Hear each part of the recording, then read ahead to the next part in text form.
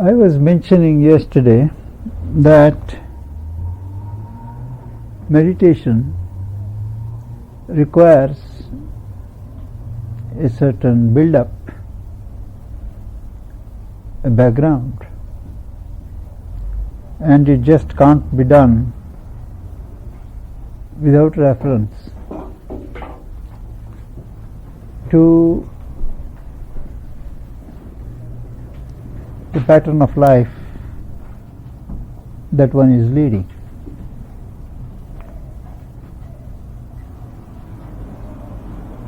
A climate of meditation has to be built, and for that a preliminary discipline which has been sketched out by Patanjali, the author of the Aphorisms on Yoga, a very standard book on the subject, is very relevant. This book on yoga is a kind of a key to the whole concept of yoga and its practice. There is no type of yoga in the world which has not at some stage or other incorporated some of the concepts and practices of Patanjali. He speaks of his yoga as Raja Yoga, or the royal path. In that he mentions that before you step on the path, you should be fit for the path. And a discipline to prepare you for the strenuous strenuous practice of yoga has got to be gone through by everyone. And he gives two sets of directions, one negative and the other positive. Negative, inasmuch as we are asked to desist from certain movements, and the positive, where we are asked to practice certain movements. The first, what are called restraints, are known in Sanskrit as yama, Y-A-M-A.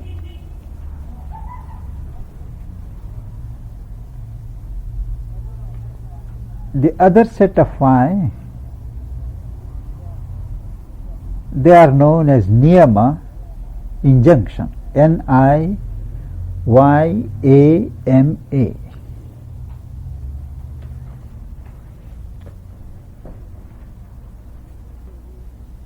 Usually these items of discipline are translated very crudely and taken literally by academicians. In practice, however, their larger connotation becomes obvious, and it is more the psychological meaning than the physical one that should be studied. The first requirement is non-injury. non-injury to others. It is called ahimsa.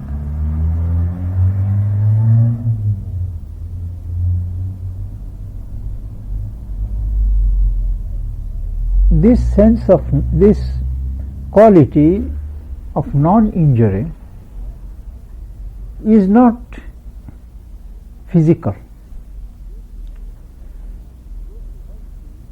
It goes without saying that in a civilized society one doesn't go and harm others. Now when a spiritual seeker is asked to cultivate non-injury, it is on the psychological plane. Not only do we not do physical harm to others, to anyone or anything, because there is one life and that life is a pulsation of the Divine Spirit. We also, and much more so, take care to keep out feelings, thoughts which are harmful to others. If we have ill will, hatred, feeling of vengeance, they do violence to those about whom they are nurtured. They may not be physically palpable, but they do emanate vibrations which go and reach the target.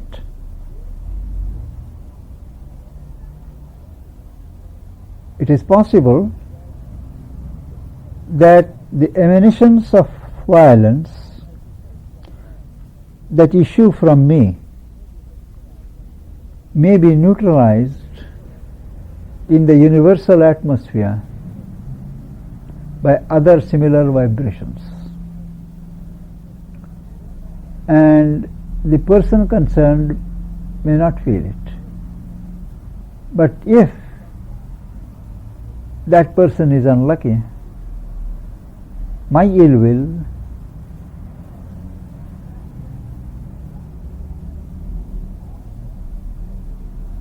my sense of hatred does impinge upon that person, and it has a karmic reaction on myself.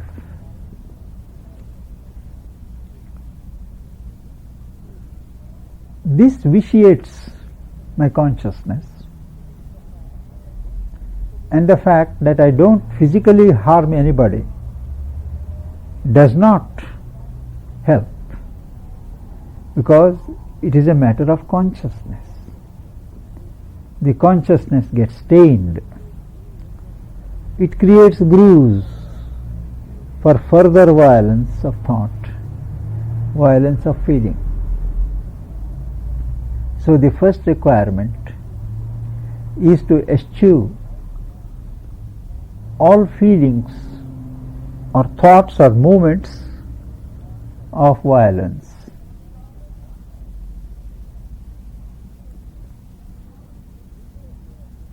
And the true test that you have eliminated violence from your being is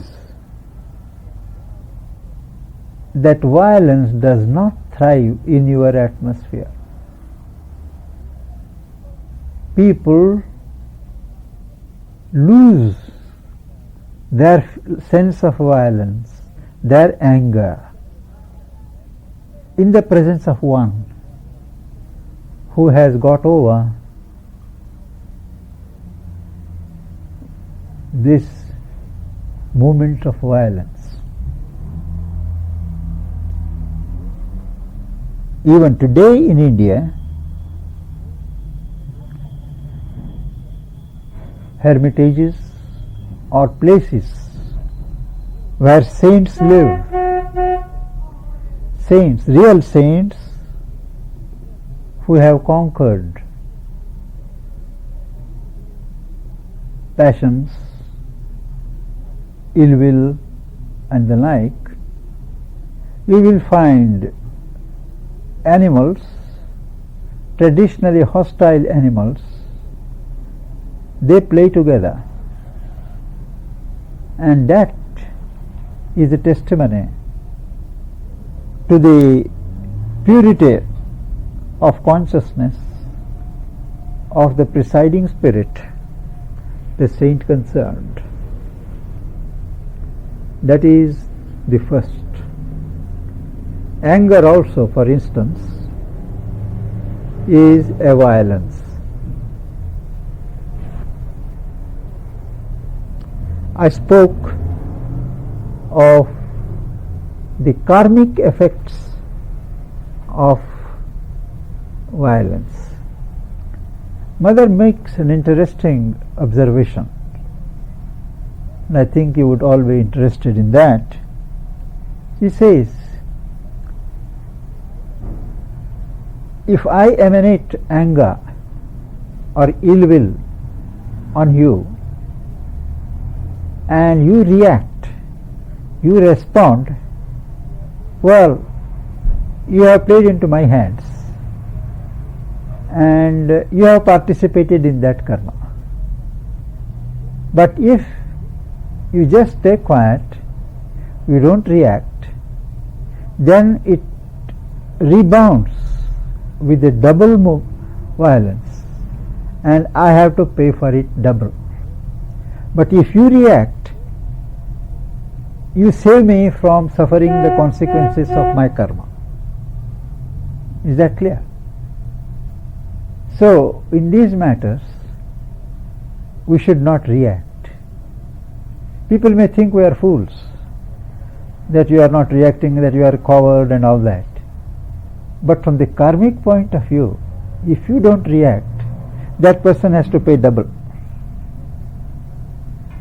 This is incidental. The second requirement is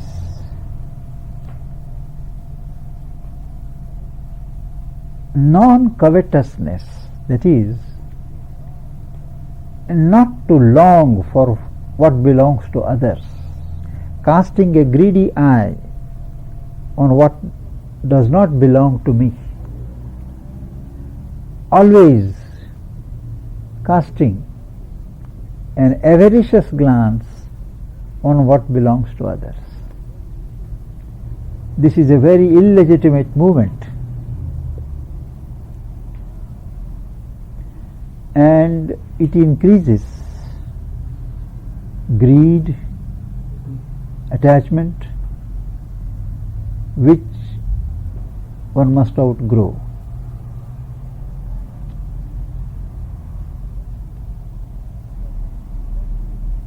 Whether one appropriates what belongs to others or not, even to mentally desire it, is very unyogic. The third, what is very much questioned in the West, but accepted without question in the East, is concerning sex energy. The word used by Patanjali in Sanskrit is brahmacharya, which has been loosely translated in English by scholars as celibacy. But that's not the real meaning. Brahmacharya, BRAHMACHARYA,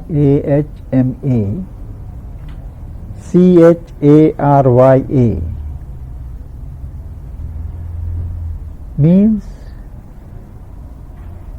the way of conduct leading to God.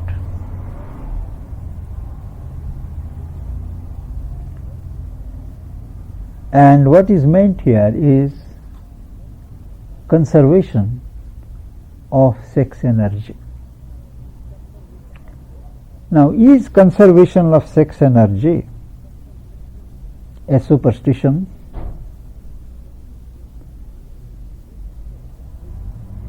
This question raises furious controversies in this country, and they all ask what nature intends. Why do you people want to interfere with it?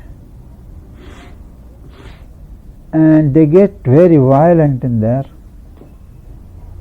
arguments. I have had quite some tiffs with newspaper correspondents who questioned, and they got very passionate about it. It was still his paper.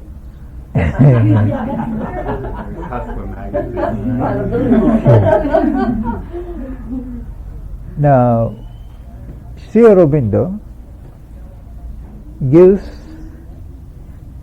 a rational explanation of this need in his book, The Brain of India.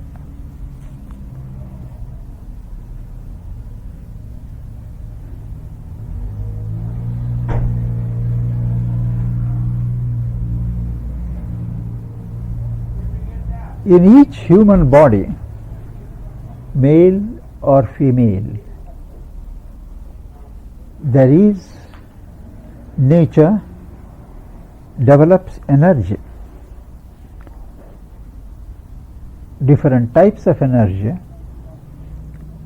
of which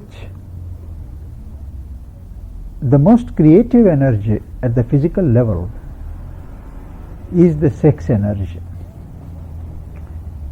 As the body grows from childhood, the energy goes on building, and when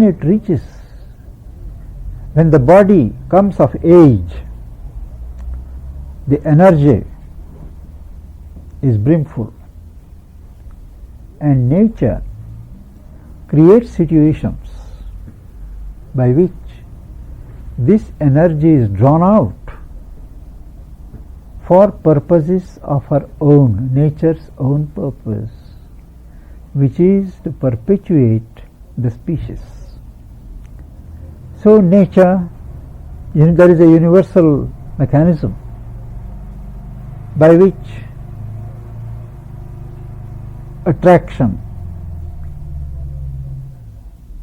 is followed by desire,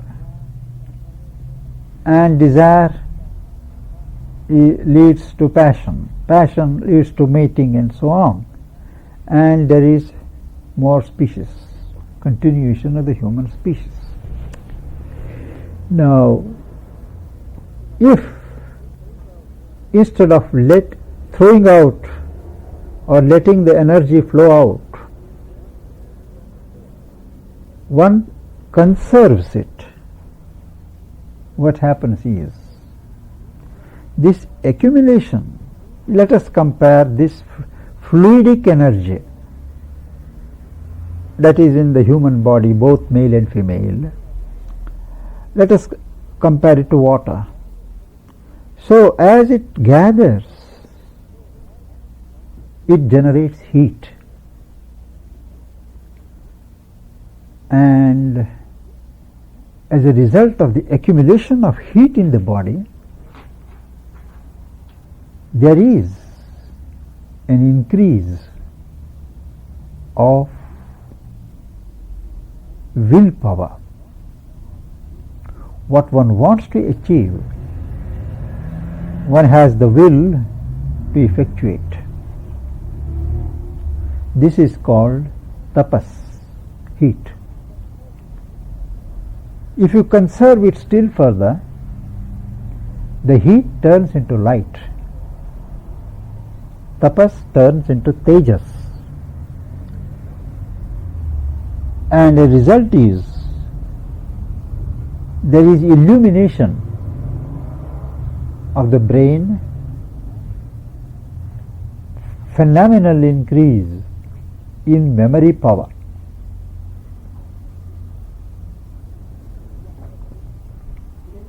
If one persists and conserves further, both this heat and light turn into inner electricity, as a result of which there is a good happy combination of extraordinary brain power and the power of will.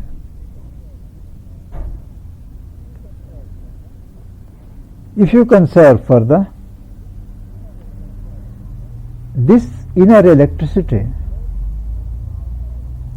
turns into the primal power of ether. All our creation is preceded by creation by ether. So ether has a fundamental power of creation. So what is called ojas, O-J-A-S, primal creative power of ether, it develops in the person.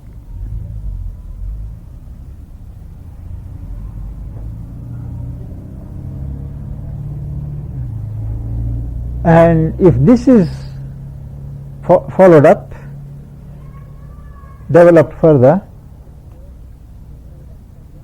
it turns into spiritual power which ensures self-realization.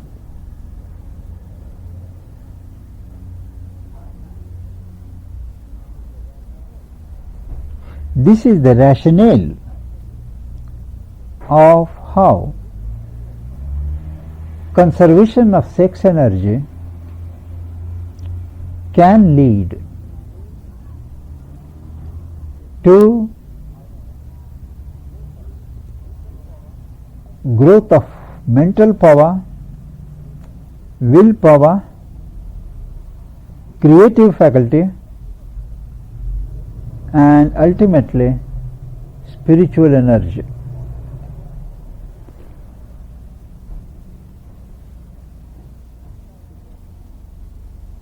It now depends upon each individual,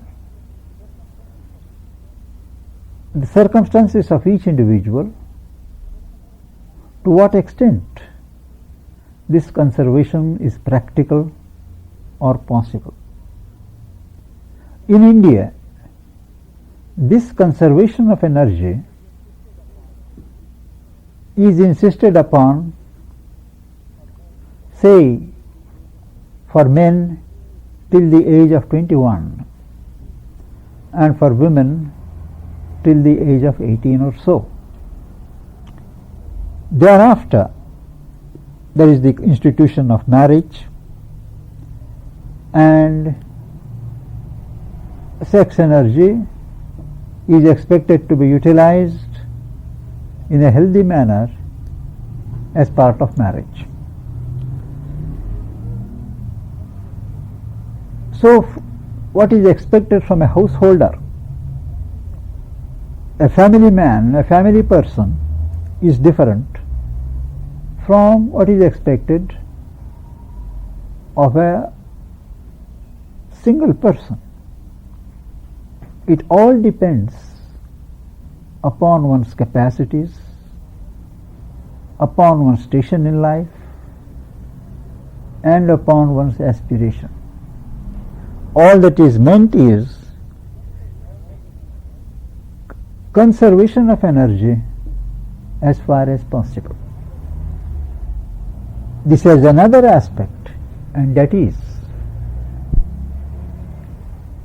it means in the modern context, to use the modern language, healthy, regulated sex. In spiritual life, I don't know about normal life. It is indiscriminate sex that is frowned upon. Not because sex is sinful or unspiritual, no. Sex is accepted as a legitimate part of life. But when there is indiscriminate sex, there is a kind of chaos produced in the persons concerned by too much mixture of different vibrations. When a man and a woman have a sex relation, say, normal, continuing, a kind of rhythm is established in them. A harmonious relation is established, and each one fulfills the other, and there is a kind of oneness. But if person has sex with too many people, then so many vibrations from so many individuals, they are absorbed. And the person, whether it is a man or a woman, more so if it is a woman, becomes a bundle of contradicting vibrations, chaotic. And that is why irregulated sex, reckless sex, indiscriminate sex is discouraged, prohibited, purely for psychological reasons. There is no question of religious prohibition or sin and all that. I suppose this is a very simple matter which can be understood. Now, what about sex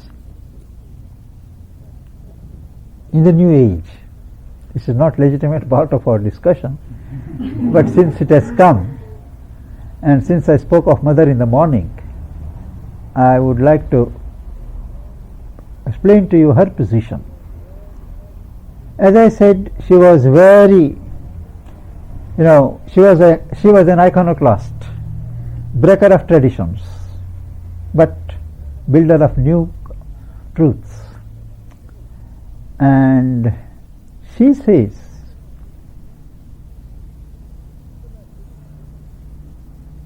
people are taking too much notice of sex. Sex is a part of life, and there it is.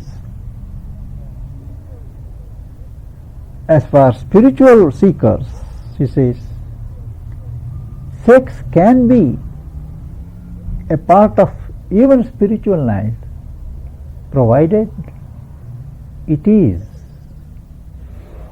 a physical expression of real love. If two love each other really, and sex is a physical expression of it, it is right. But if it is a culmination of a moment of passion, desire, then in its own place it is all right, but not as part of spiritual life. So she says each individual has to decide whether sex is a natural culmination of an inner movement of love, or it is just lust or desire. And she also says that it is wrong to compel people in the name of religion or spirituality to suppress sex. If a person has a sense of deprivation in not having sex, it means the person is not ready to go beyond sex. So as long as one feels the need to have sex, the person's wishes must be respected.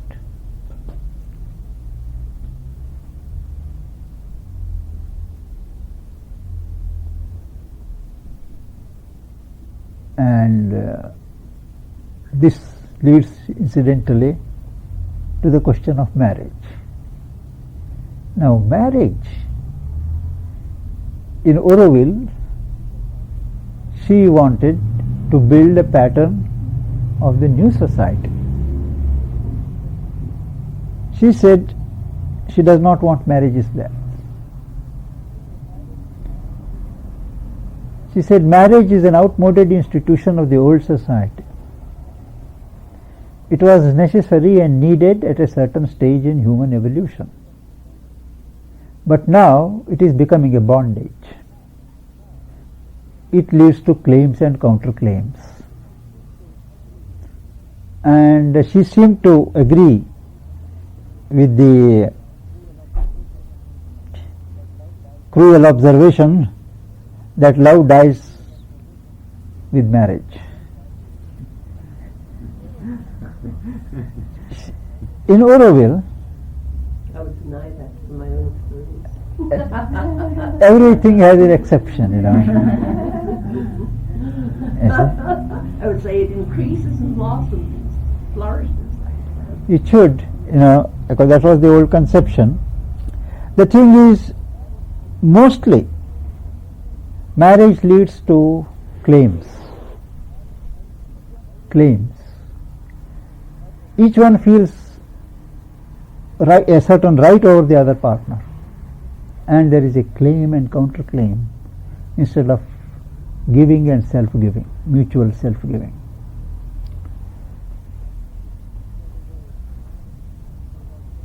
The other day there was a letter to Aunt Abby in I was reading in paper, and normally that's the column I like to read because it throws so much light on American life, you know. So we are interested, we coming from the east, you know, we are interested. I rarely miss it, you know, when I read the paper. So there is a woman there. She says she is in a difficulty. She is now going to divorce her husband, and her husband is going to divorce her, and their marriage is only 3 months old. And she says, I am 36 and he is 38 or something like that, and we were living together for the last 2 years, and we were deeply in love. He's a very fine man, and the best years of our life were those 2 years when we lived together. And having seen the arrangement worked so well, that we loved each other so well, I proposed that we should marry, and we married. And he says, from the next day, my husband, who was such a tidy, neat man, became very untidy. He was such an engaging lover. Now by the time I finish my work and come, he is already asleep in the bed. And he says, instead of loving, we fight. And he is blaming me for having proposed marriage and spoiled all our good relations. Well, that is, she has articulated a situation which I have heard in many places. I myself have no right to speak of marriage because I am not married. So when our friend tells me this way, I take it on trust. Even as this way, I take it on trust. But the point is, in the new age of mother's conception, people will live together as long as they love each other. When there is no love, there is no point in each person becoming a drag on the other. This raises many questions. What about the children? You see, well, she has a scheme, but I don't enter into it.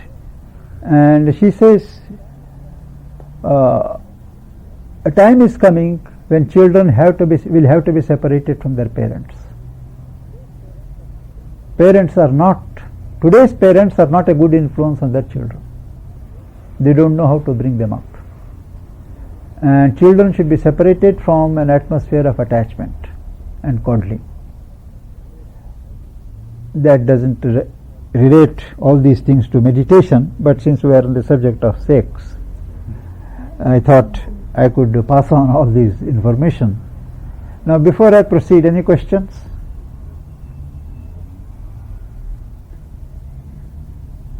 I think so much hinges on the selfishness of people. If in America particularly, and I speak as one who's lived in different countries around the world, and I wasn't raised in this country, but I've lived here for 40 years, I observe that the general attitude amongst most married people is, I want what I want and not what you want, and they won't even reach a compromise. Hence they go to the divorce court and get it all annulled. In British countries there is much more a tendency to arrive at a compromise. The British are noted for their abilities to arrive at compromises in all situations and in marriage, and it helps enormously. And usually British people do not seek to enforce their demands and their preferences over the preferences of the other person rigidly, that's to say. There may be occasions when it's necessary, but you have to have give and take, an easy flow, and not always insist on your way, and then you can arrive at a very comfortable situation. That's what really leads to most of the breakdowns of marriage in this country, at least. Of course, sometimes it's financial circumstances. But in general, in this country, people have or can obtain enough money to get along with in reasonable comfort. And so, obviously, it comes down to the clash between the egos. I want what I want, and I'm not going to do it your way, and I'm not going to do this today because I want to do something else today, and in fact, you want to do that stuff today. That doesn't matter, you see. And so they're constantly arguing, quarreling. Finally, they get to the point where they just can't go along anymore. That's the analysis of what happens in most marriages in this country with breakdowns.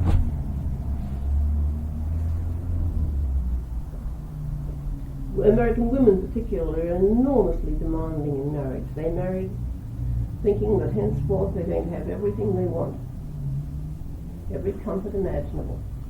And if the husband doesn't provide it, well then too bad, throw you away and we'll go and get another husband. Do American women agree? My wife is British, I wouldn't know. I will agree. I think both are selfish, isn't it? It is human nature to be demanding and always to expect the other person to yield. Okay. It is all over the world. I don't think it's particularly in America. But your society has a safety valve, and other places it is just not done. The society. Even for instance in India, even according to the new law, if a woman gets a divorce, there is a social stigma attached to her.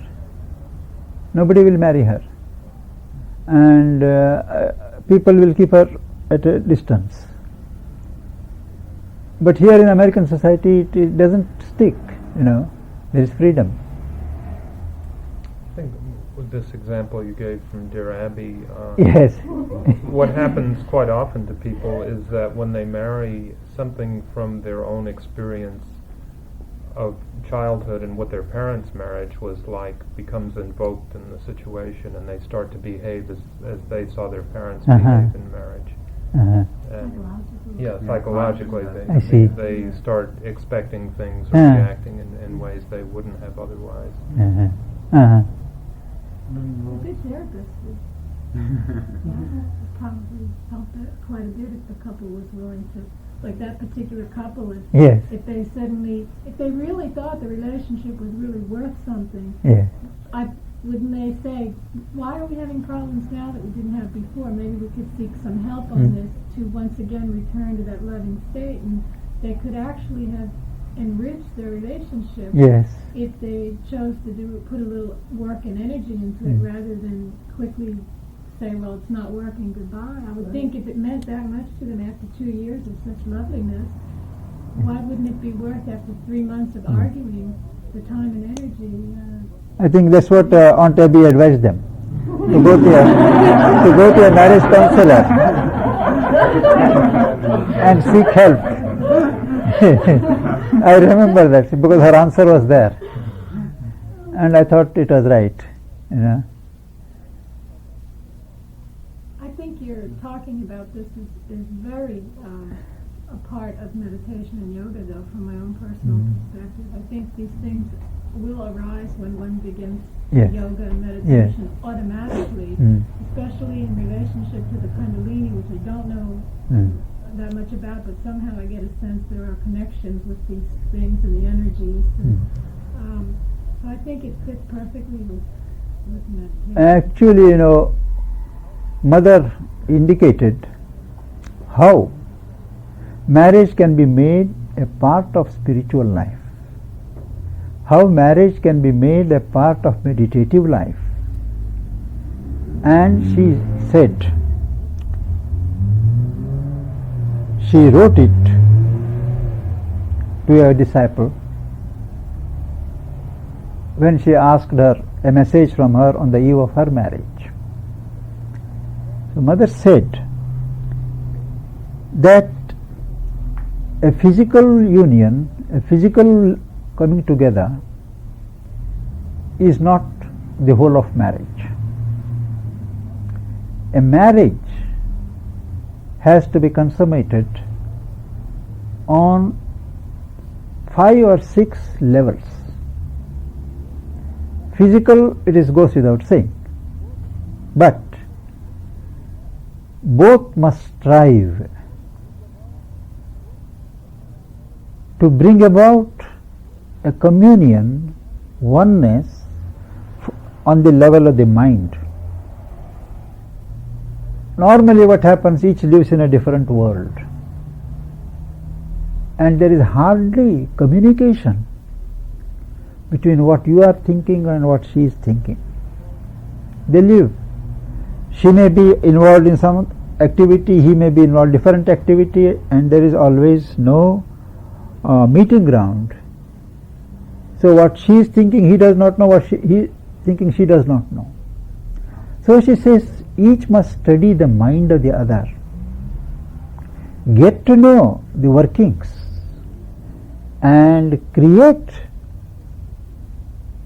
a common ground for the meeting of minds. If your mind is working in a particular way, the woman must try to adjust herself, and he also must try to adjust himself according to the temper of the woman's mind. So a dialogue at the mental level must be promoted.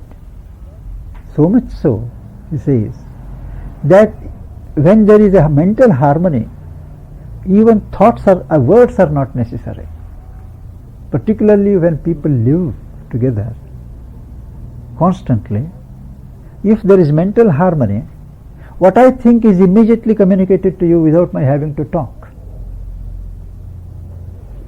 It does happen many times in our life. We say, yes, I was just thinking of the same thing. Isn't it? These are not coincidences. These are glimpses into possibilities. So a mental harmony. Similarly, harmony at the level of emotions. One may be very passionate, outgoing, the other may be reserved, self-centered. Now there is bound to be a clash if these two are put together. So when they are put together, they discover that these are the temperaments, these are the emotional setups. Well, a bridge has to be built. The selfish person has to learn to be selfless. The outgoing person also has to take care of the other person. So an emotional readjustment is necessary. Similarly, at the level of the vital desires and passions, very few couples think of synchronization. The man thinks of his own desires, woman thinks of her own stresses. That both should meet, that both should adjust, so there is a common impulse. Very few people see to it.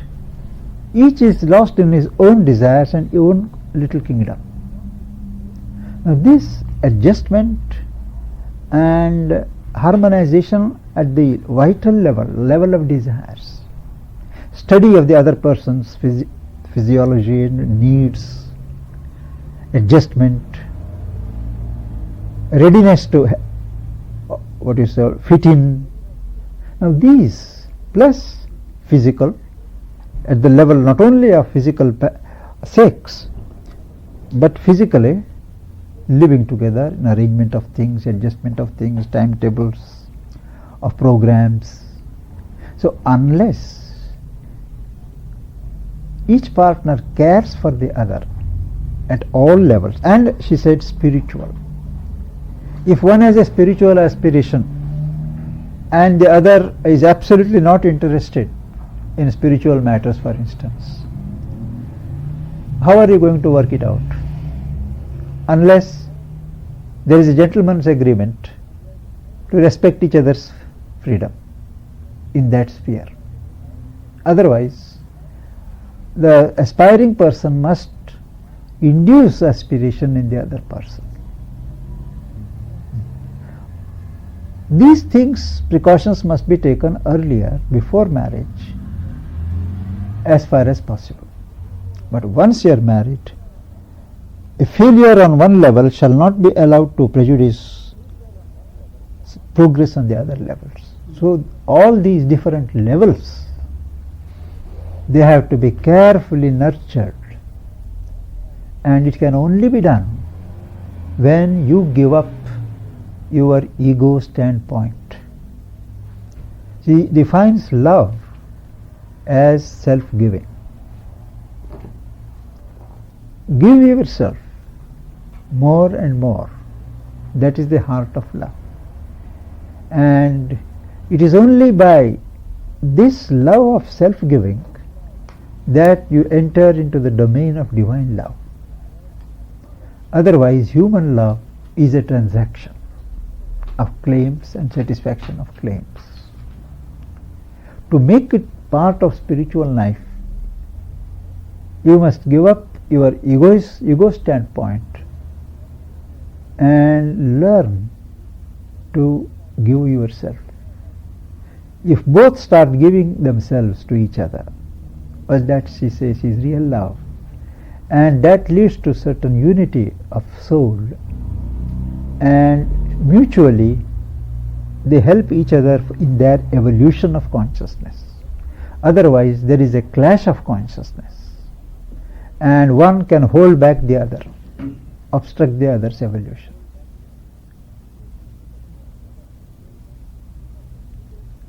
Whether she succeeded in making people follow these principles or not is another question.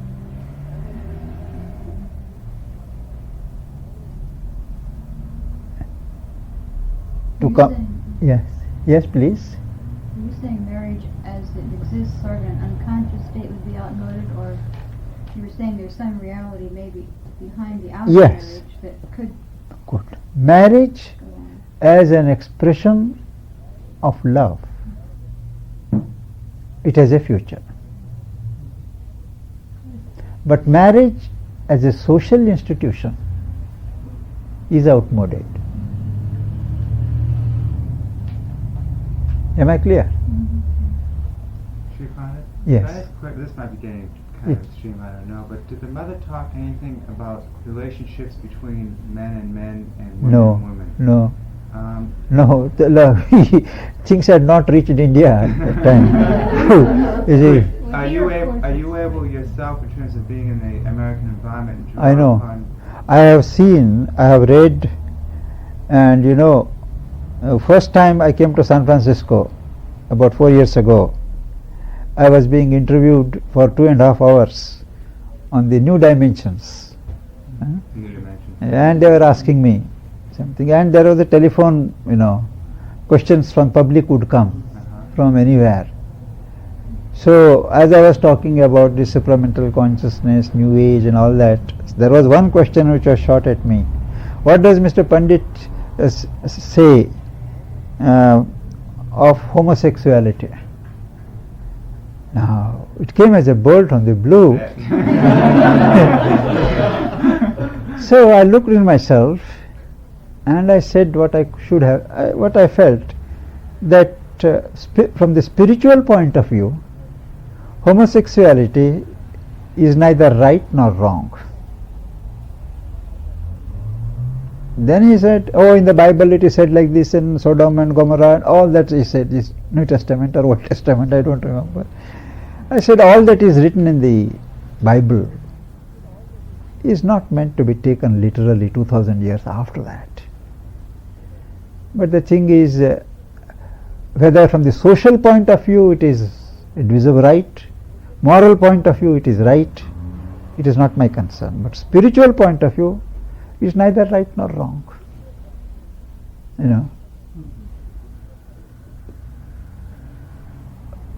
Might be useful in overpopulated countries. I think this is a point that nobody has brought out. An automatic birth control. Well, I know historically that's actually true, that what I've read, that historically many times homosexuality becomes more prevalent as a means of keeping population down. And in fact, in nature, I've been told that certain animals will actually have a homosexual relationship if the population of that species is getting too large. I see. As they're just a natural mode of its expression. And in the absence of a member of the opposite sex. And in the absence of Yeah. the member, yes. It happens with Exactly. animals. Yeah, that's what I was curious to see, especially in relationship to the talk on the Divine Mother, where you had mentioned how Mother went up and Yes. realized that there was no difference Yes. except in this level, yes. to see if on an emotional level there was a difference that was important to recognize. But one thing, many of these, we were living in a French enclave, Pondicherry, because the French India it was, and the administration was all in the hands of the French at that time. Now many of these French people have picked up these habits in the Middle East. Among Muslims, this homosexuality is fairly common in that area, desert area, Middle East. So number of those French officers, they were homosexuals. And I have noted that when these things are reported to Mother, she didn't express any shock or any reaction. You understand? She was just neutral about it. Can I Yes? take it one step further and just again, what about transsexual surgery? I see, yes. What is your reaction to that?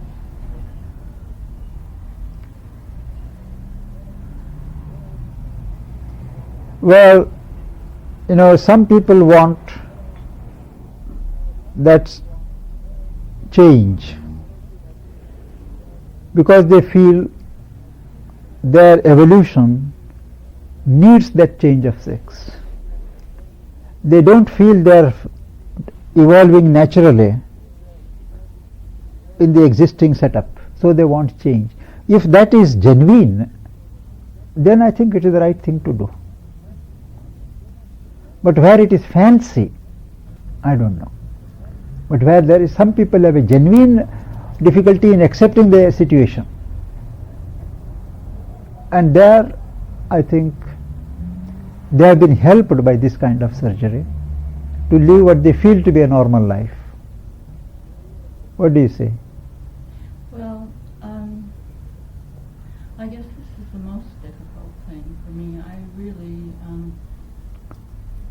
first of all, no one from outside could judge if it were genuine. Yes.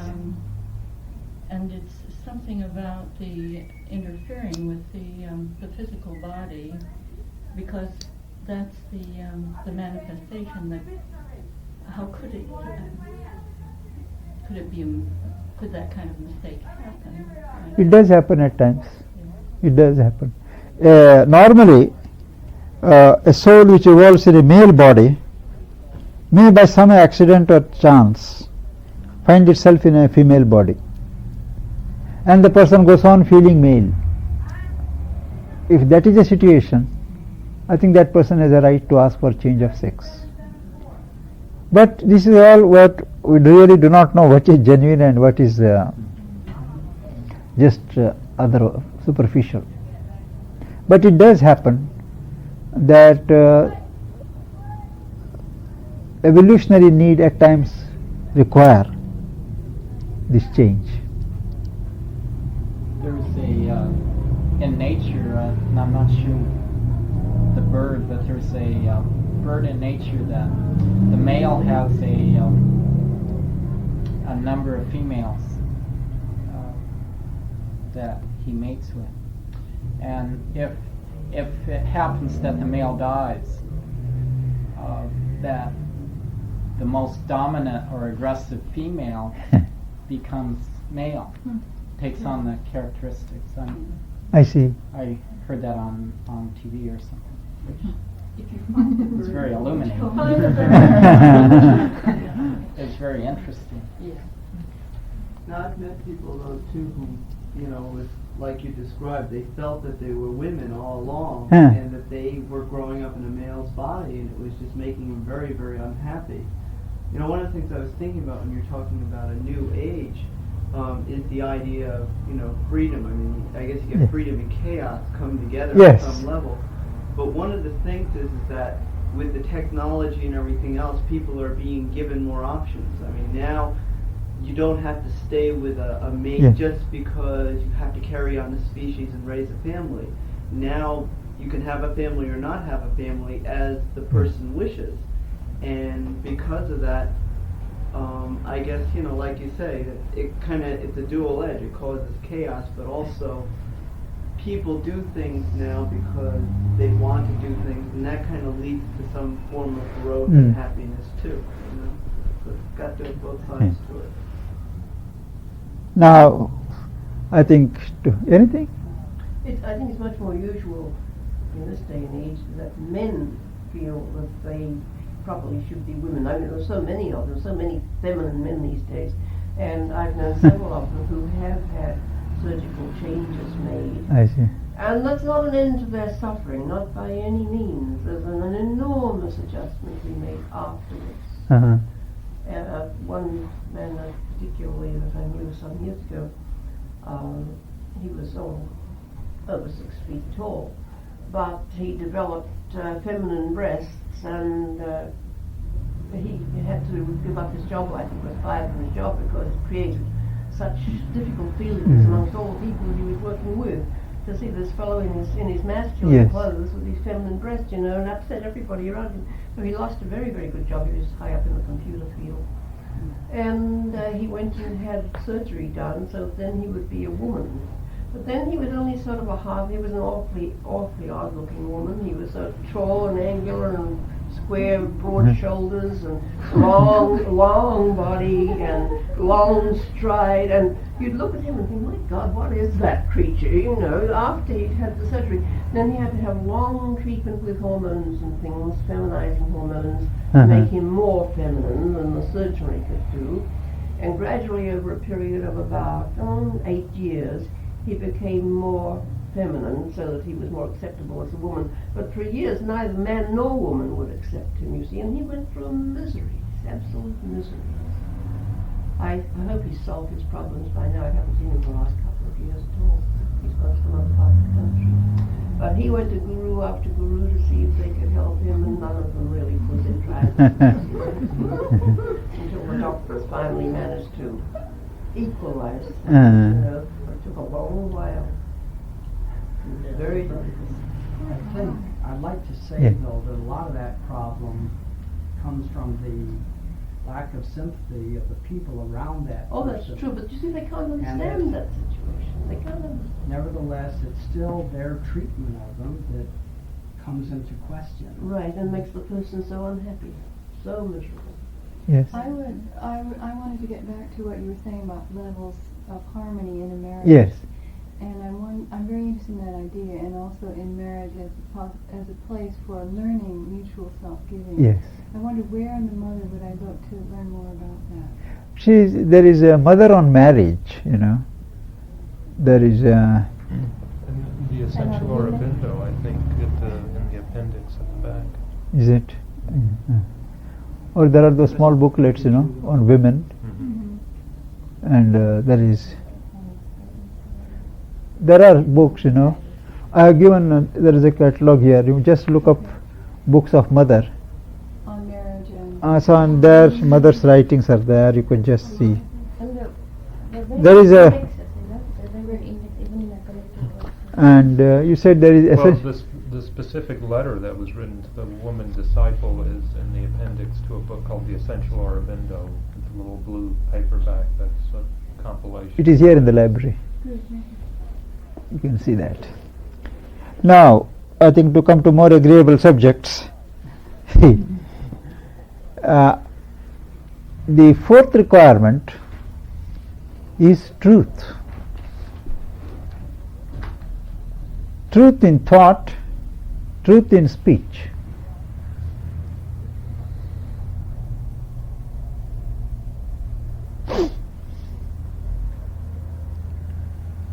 Falsehood is a perversion of the adversary in the divine scheme. It is a deviation,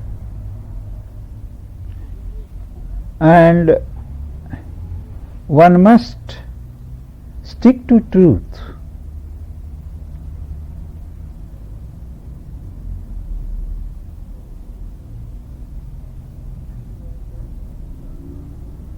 Because that is the nature of the reality.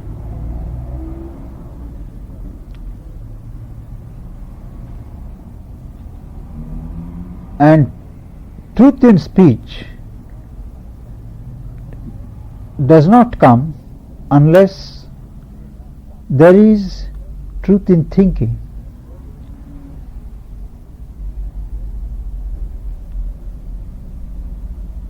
And it is a fact that a person who normally speaks the truth acquires a power by which whatever he speaks comes true. It is called perfection of speech. You must have seen number of people, holy people, whatever they say comes true. That is because as a result of their constant sticking to truth, expressing nothing but truth, a power is built up of effectuating whatever they speak.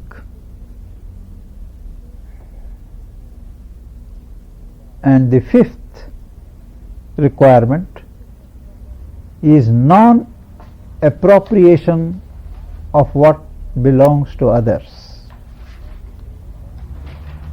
This includes not accepting loaded gifts from others.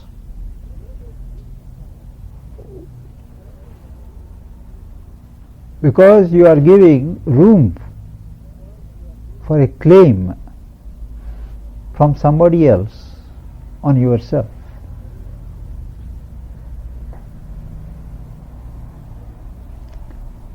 This is the first,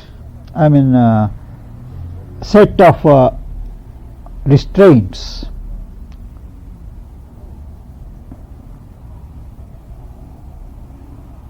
to come to the set of injunctions, the first is contentment.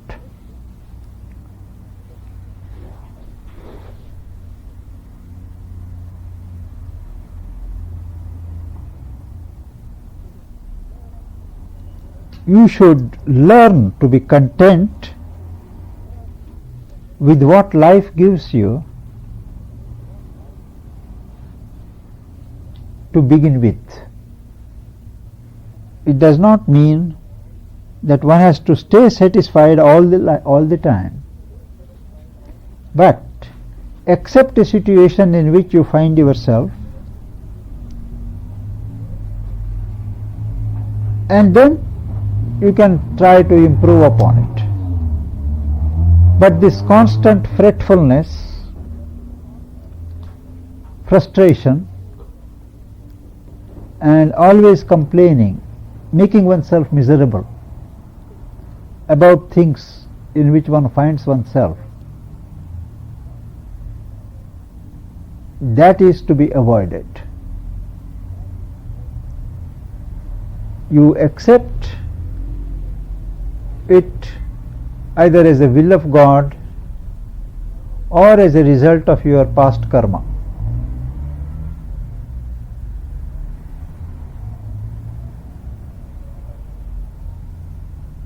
And of course you have the freedom and the right to seek to improve upon it.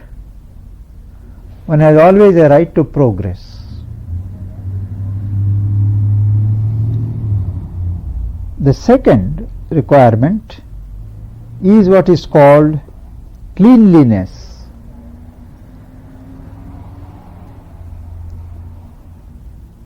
This cleanliness is not so much physical as psychological.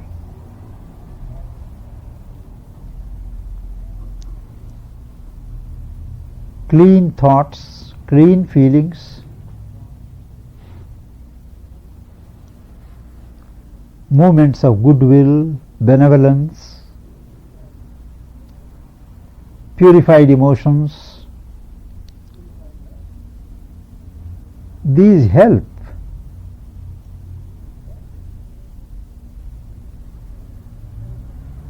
to keep a certain smooth surface of life,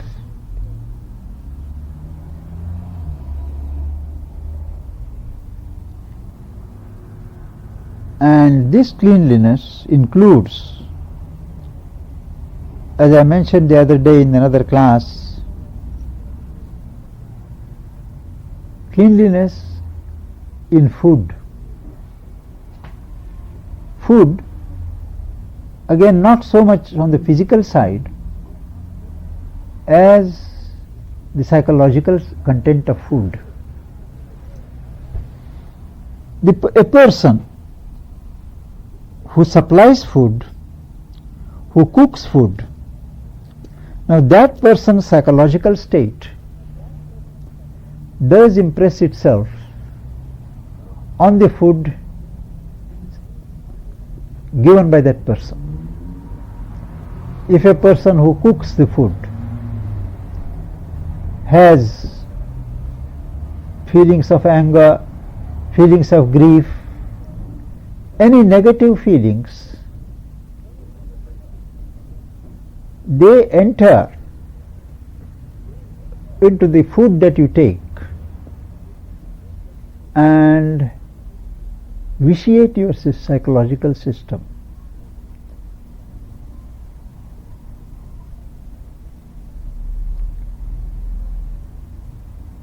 That is why it is very important who cooks one's food, in what state of mind.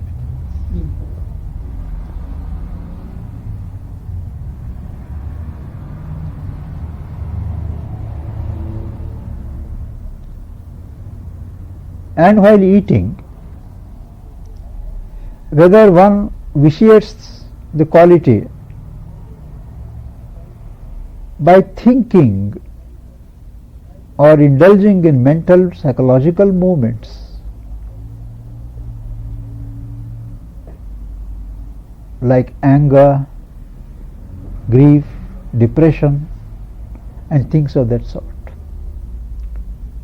While eating, at least, one is expected to be calm, attentive,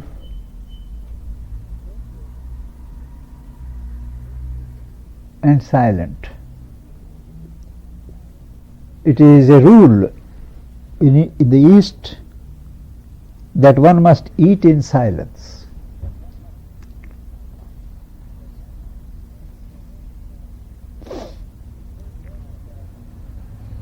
The third requirement is study. We must know what it is all about, where we are, what's the purpose of life, what is normal to me, what is expected of me. Now this study of knowledge, readiness to benefit from the experience and knowledge of others, is very important. So some part of the day must be devoted to the study of the right kind of study, relevant to your purpose. The fourth requirement is austerity. Now austerity is not, as is popularly understood, self-infliction or punishment of the senses and the body, like denial of food, denial of sleep. It means really a focusing of energies, gathering of one's energies and focusing them on the object. A concentrated application of one's energies is austerity. And last is surrender to God. Recognition that the best human effort is inadequate,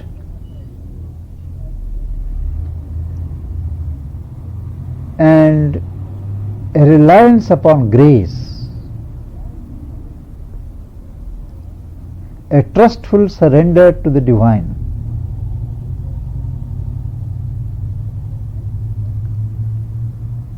That is the last requirement. Now all these 10 points must be kept in mind and integrated in our life, day-to-day life. This tones up our quality and gives the required equipment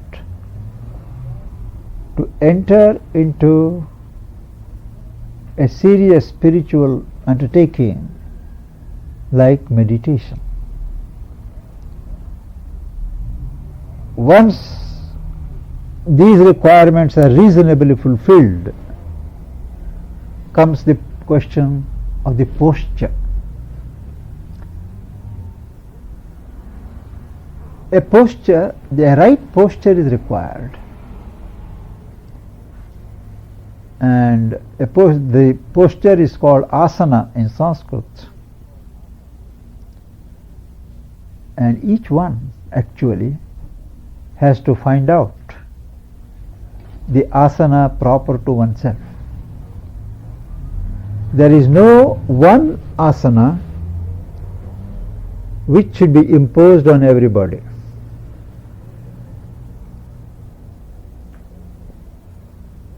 As I said, what is required is the body must be able to sit for considerable time without movement.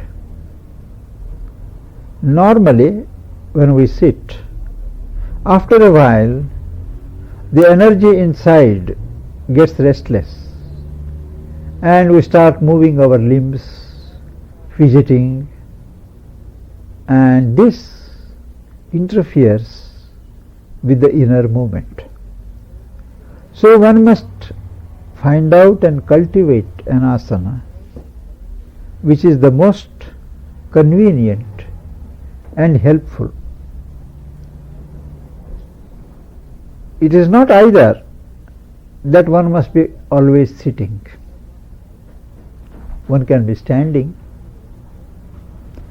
Sri Aurobindo used to say that his asana was walking.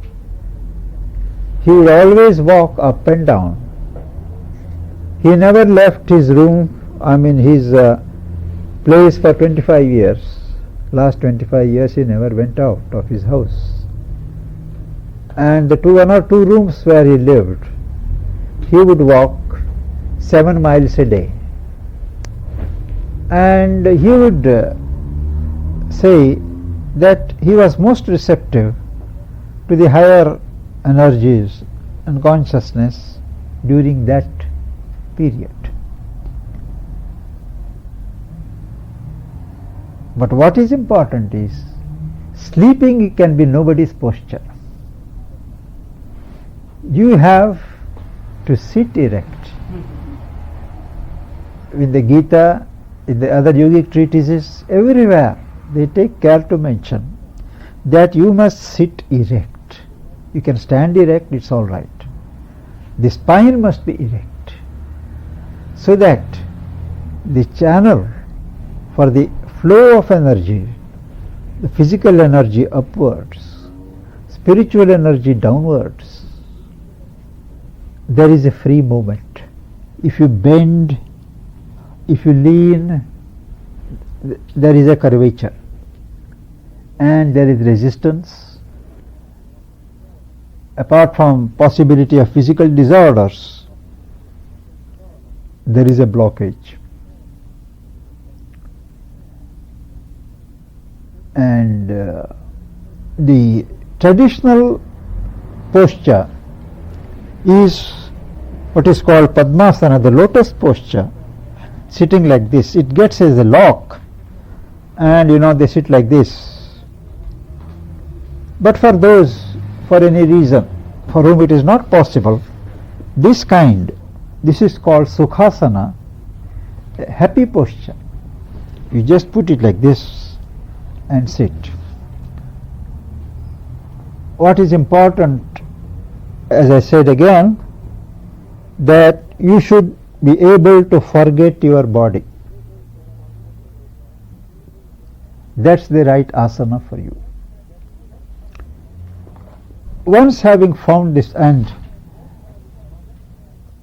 one important point is, never sit on bare ground, because earth, the bare earth, sucks in your electricity. When you meditate or practice any yogic exercise, some energy is generated, and that is sucked in by bare earth. That is why they always advise to use some kind of non-conductor, a mat or a woolen cloth or a wooden seat, something which does not conduct your electricity.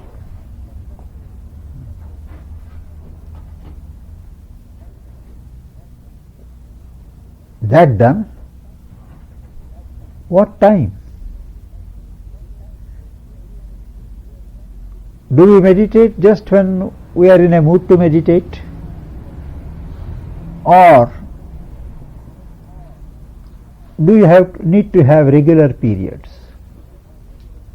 Authentic guidance is that we must meditate regularly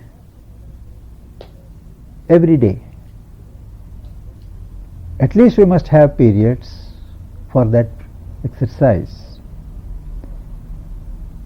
Because if you meditate at a particular time every day, a habit is formed in the atmosphere and a helpful presence is there, waiting for you to help you.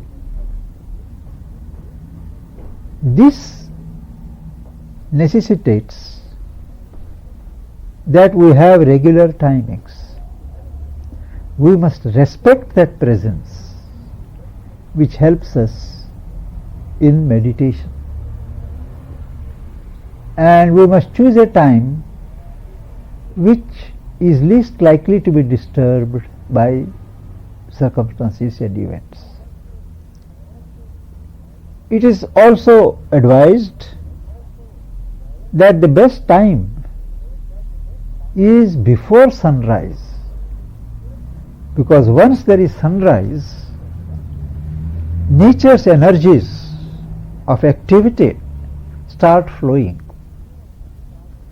Before that, nature is asleep and everything is cooperative with the movement of meditation and silence.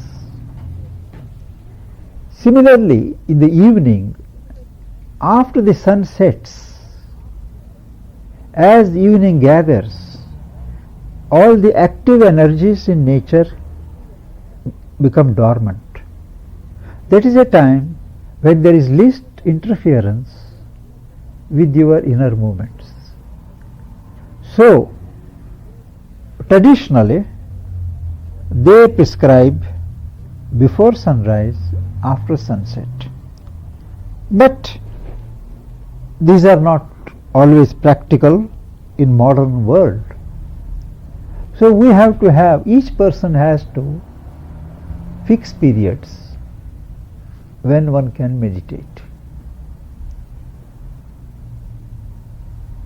And if for any reason one can't sit for meditation, even if you remember at that time that this is my time for meditation, something acts.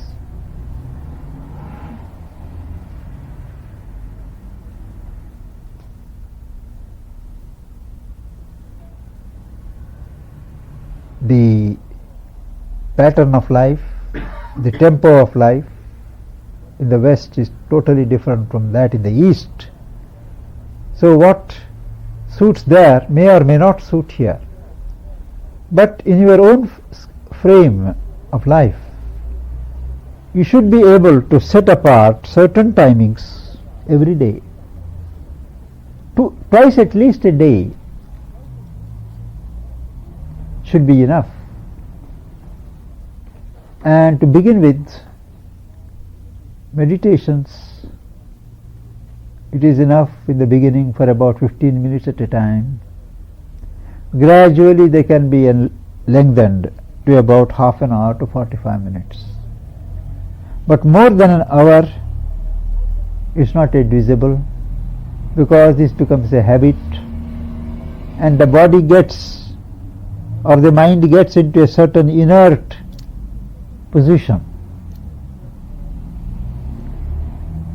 Of course, there are moments when you are compelled to sit and let the meditation takes place.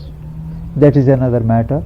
We have to always respect such involuntary impulsions.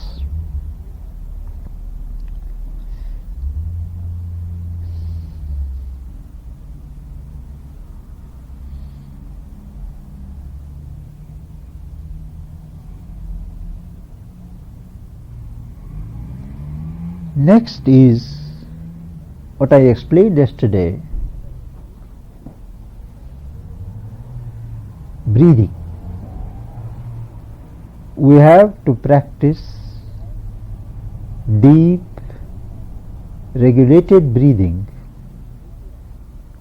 in order to bring the mind to focus and also to control our restless energies.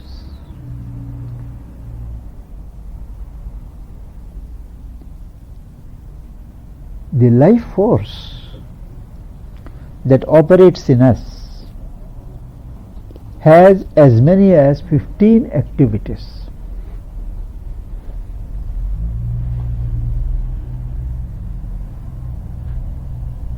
Of these, 5 are major operations. When you take in life energy, in breathing is the first operation.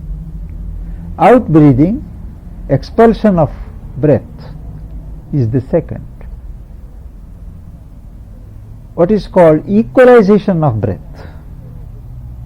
There is an operation which equalizes the ingoing and the outgoing breath and keeps a balance. The third is the pervasive breath. That is, it spreads the life energy all over the system. And fifth is the operation of passing of the breath through the head. That is an operation that takes place concretely at the time of death. And all these operations, the lever to get hold upon them is the breathing. The act of breathing. And we have to practice deep breathing, following of the breath, slowing down of the breath. Now this has been developed into a fine science called pranayama,